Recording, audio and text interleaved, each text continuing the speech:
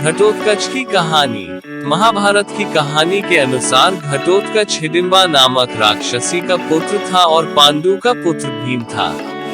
पांडवों के वनवास की अवधि के दौरान हिडिंबा ने अत्यंत शक्तिशाली भीम को देखा और उस पर मोहित हो गए। भीम भी उसे पसंद करते थे और उससे शादी करना चाहते थे, लेकिन हिडिंबा के भाई हिडिंब ने इसका विरोध किया। इसके बाद हिडिंब और भीम के बीच युद्ध हुआ। भीम ने हिडिंब का वध किया और हिडिंबा से विवाह किया। उनका घटोत्कच नाम का एक बेटा था। घटोत्कच की इस कहानी में उनके माता पिता ने उन्हें आधा राक्षस बना दिया और उन्हें कई जादुई शक्तियां दी, जिसने उन्हें कुरुक्षेत्र युद्ध महाकाव्य के चरमोत्कर्ष में एक महत्वपूर्ण सेनानी बना दिया।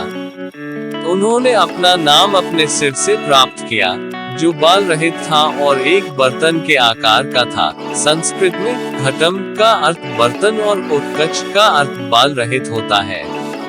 उनके मातृ पितृत्व ने उन्हें अर्ध राक्षस बना दिया और उन्हें कई जादुई शक्तियां दी, जिसने उन्हें कुरुक्षेत्र युद्ध महाकाव्य के चरमोत्कर्ष में एक महत्वपूर्ण सेनानी बना दिया।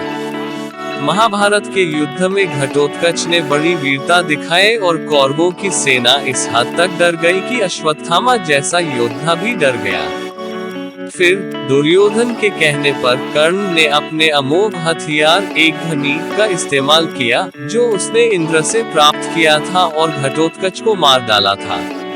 कर्ण अर्जुन के खिलाफ इस हथियार का इस्तेमाल करना चाहता था, लेकिन चूंकि घटोत्कच को मारने का कोई दूसरा तरीका नहीं था, इसलिए उसे इसका इस्तेमाल करने के लिए मजबूर होना पड़ा। इस प्रकार घटोत्कच ने युद्ध में अर्जुन के लिए अपने प्राणों की आहुति दे दी, क्योंकि वह हथियार केवल एक बार ही इस्तेमाल किया जा सकता था। यह भीम का महान पुत्र था, जिसने चाचा अर्जुन के लिए अपने प्राणों की आहुति दी थी। आधा दानव और आधा मानव संकर, जो अच्छाई और बुराई के बीच युद्ध में अमर हो गया। ऐसी है घटोत्कच की वीरता की कहानी। घटोत्कच ने युद्ध में अर्जुन के लिए अपने प्राणों की आहुति दे दी, क्योंकि उस अस्त्र का प्रयोग केवल एक बार ही किया जा सकता था।